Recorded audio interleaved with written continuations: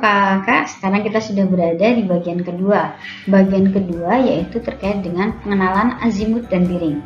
Apa itu azimut dan apa itu yang dimaksud dengan biring? Azimut dan back azimut. Azimut adalah besaran sudut antara sudut magnetis atau 0 derajat dengan titik atau sasaran yang kita tuju. Azimut juga sering disebut dengan sudut kompas, perhitungan searah dengan jarum jam. Untuk lebih memudahkannya pemahaman terkait dengan azimut, kita coba lihat pada gambar berikut. Titik tersebut merupakan seorang pembidik atau misalnya kakak. Kakak membidik dengan kompas bidik atau kompas bidik digital. Kakak membidik sebuah pohon, lalu dihasilkan derajat yang didapat melalui kompas atau di kompas digital adalah 63 derajat. Nah, 63 derajat itu didapatkan dari arah bidikan kakak ke arah utara. Itu yang disebut dengan azimut. Seperti yang kita ketahui bahwa arah utara itu adalah 0 derajat.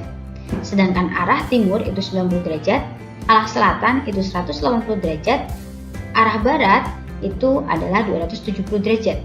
Nah, sehingga kita membidik pohon dengan sudut 63 derajat, garis lurus yang berada di belakang kita itu merupakan 243 derajat. Itu yang disebut dengan back azimut.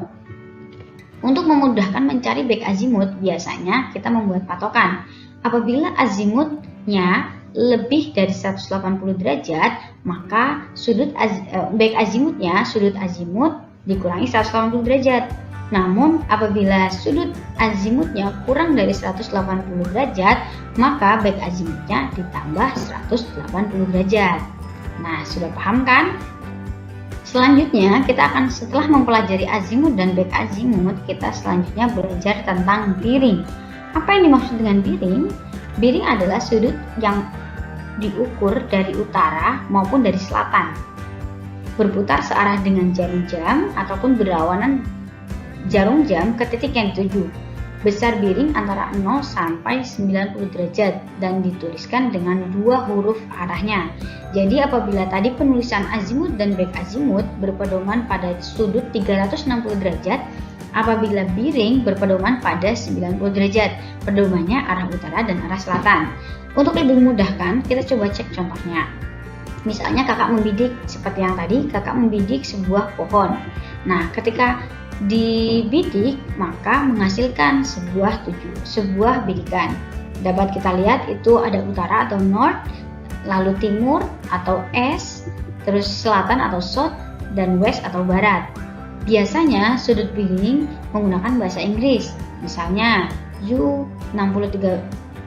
north 63 S, US atau south S begitu. Nah, kita lihat misalnya sudut yang diperoleh yaitu 63 derajat. Sedangkan back biringnya itu juga 63 derajat. Namun huruf depan sama belakangnya itu yang berbeda. Kita lihat apabila di arah antara utara dengan timur maka northeast. Selanjutnya southeast, southwest, dan northwest. Atau biasa kita sebut dengan tenggara, barat daya, barat laut, timur laut. Untuk penulisan biring lebih tepatnya, misalnya pohon bidikan yang tadi dibidik itu sudutnya 63 derajat, maka kita menyebutnya north 63 degree S atau N63 derajat E atau utara 63 derajat timur karena pedomannya dari arah utara dan arah selatan. Atau back biringnya artinya sudut lawan antara biring. Sudut lawan bukan yang ada di sampingnya, tapi tetap di belakangnya. Sudutnya sama 63 derajat, namun huruf depan dan belakangnya itu yang berbeda. Kalau tadi pedomannya utara dan timur, yang sekarang adalah selatan. Selatan ke barat, berarti south 63 derajat west atau selatan 63 derajat barat. Begitu cara penyebutan untuk biring. Setelah mempelajari biring dan azimut, ingat dua hal tersebut merupakan hal yang mirip. Artinya kita menyebutkan lokasi kita atau titik kita berada, namun berbeda tolak ukurnya. Yang pertama 360 derajat dan yang kedua 90 derajat dan membagi menjadi 4 kuadran. Selanjutnya kita akan belajar tentang dissection dan intersection. Resection adalah menentukan suatu posisi kita pada peta dengan menggunakan dua atau lebih tanda medan. Sedangkan intersection, cara menentukan tempat kedudukan suatu benda dengan bantuan dua atau lebih tanda-tanda alam atau tanda-tanda medan yang ada di peta yang sudah kita ketahui di dalam peta. Cara mudahnya adalah resection adalah mengetahui kita berada di mana dengan memanfaatkan dua objek. Sedangkan intersection mencari keadaan suatu benda dengan memanfaatkan dua objek. Seperti contohnya berikut di sini merupakan sebuah peta topografi atau peta dasar yang mana dia mencari dirinya sendiri. Nah, you are here itu di situ dia memanfaatkan dua pucuk bukit. Jadi ketika kita di lapangan kita akan melihat peta topografi, biasanya yang kita pegang dua medan yang kita cari adalah pucuk dari bukit. Karena kalau misalnya di pucuk bukit di peta itu akan terlihat. Tapi untuk lebih jelasnya, kita akan menggunakan metode yang lain supaya kakak bisa memahami dengan mudah terkait dengan resection. Untuk memudahkan dalam memahami resection dan intersection, ini merupakan gambaran sebuah citra dari Google Earth atau nanti bisa dilihat di Google Map. Ini merupakan salah satu lokasi yang berada di dekat Mansapura Jakarta.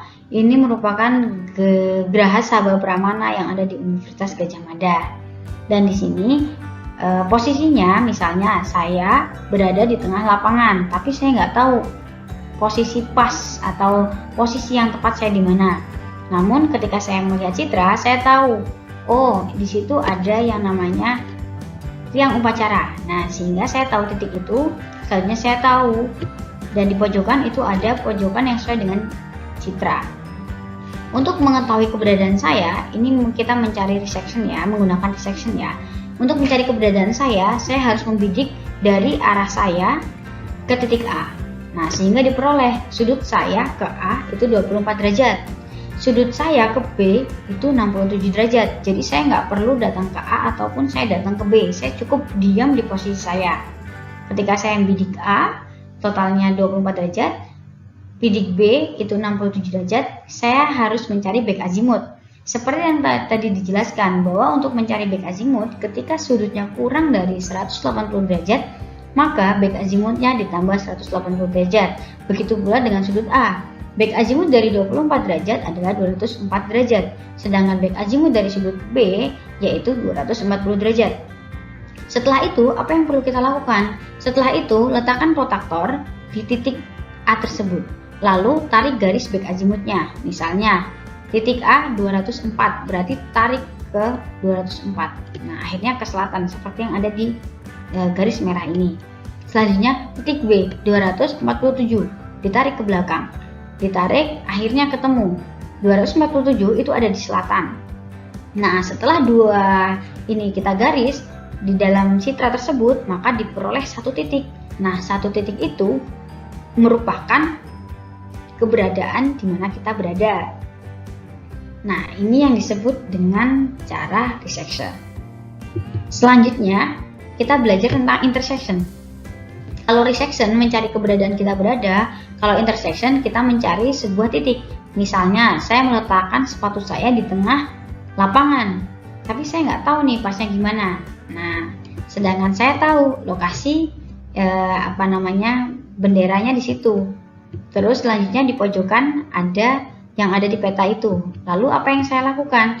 Saya membidik dari A. Jadi saya membidik dari A, saya akan menembak keberadaan dari posisi sepatunya. Akhirnya diperoleh A, saya bidik ke posisi sepatu itu 204 derajat. Setelah saya dari A, saya pindah ke B. Setelah pindah B, saya bidik sepatunya.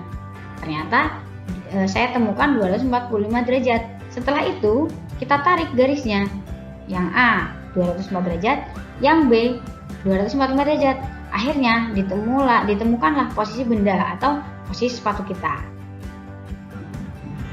Kita sudah mempelajari tentang azimut, back azimut, bearing, back bearing, selanjutnya resection dan intersection.